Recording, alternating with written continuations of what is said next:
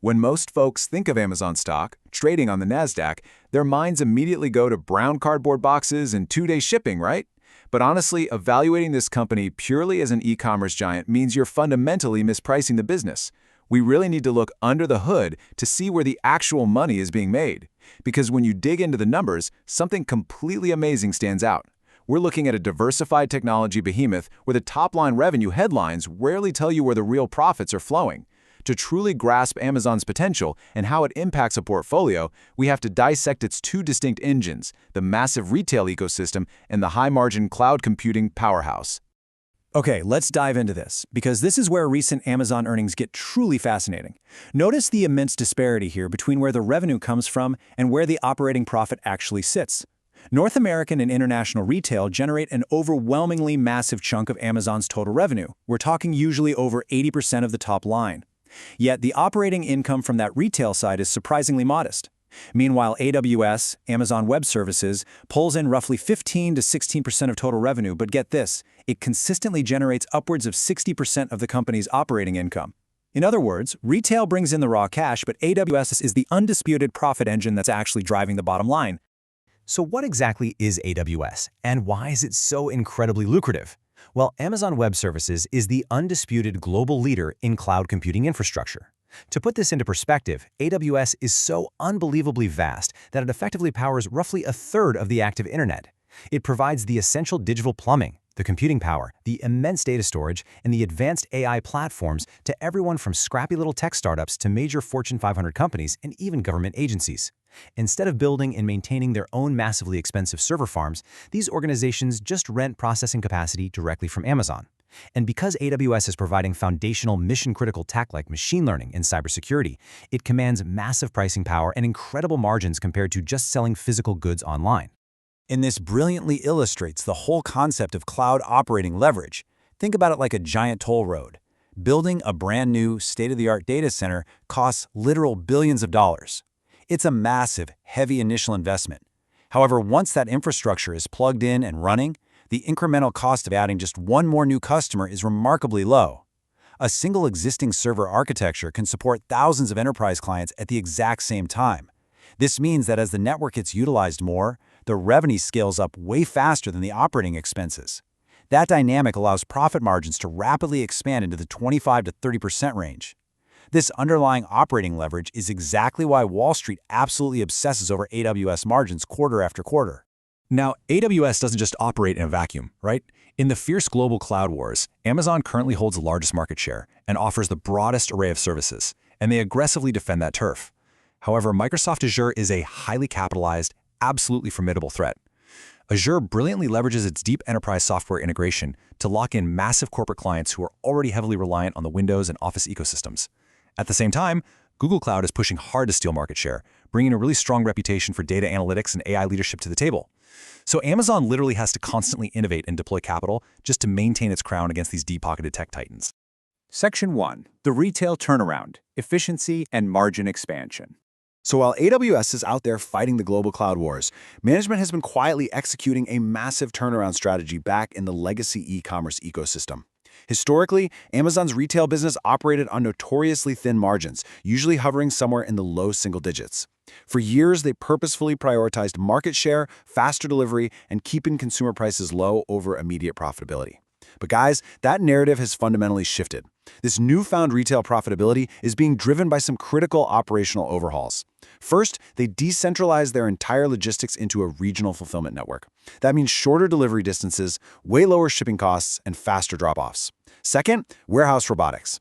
Automation is now handling the heavy lifting of complex inventory movement, drastically slashing labor costs while boosting speed.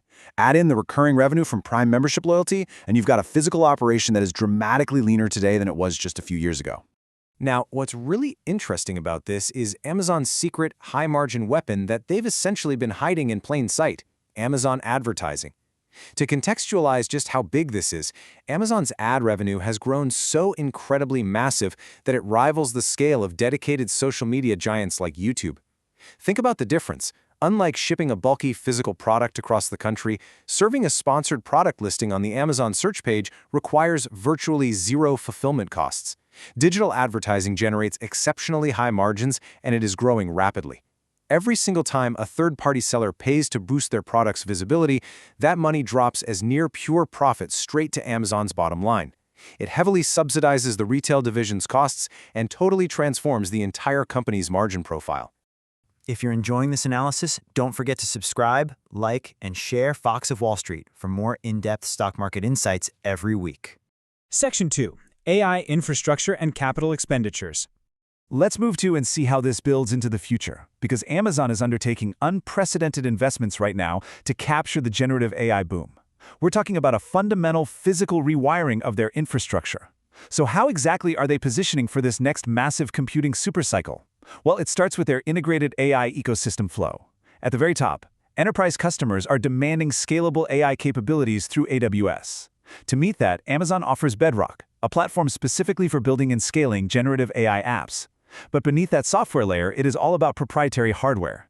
Amazon is aggressively developing custom semiconductors, like Trainium for training massive AI models, and Inferentia for cost-effective deployment. And here's the crazy part.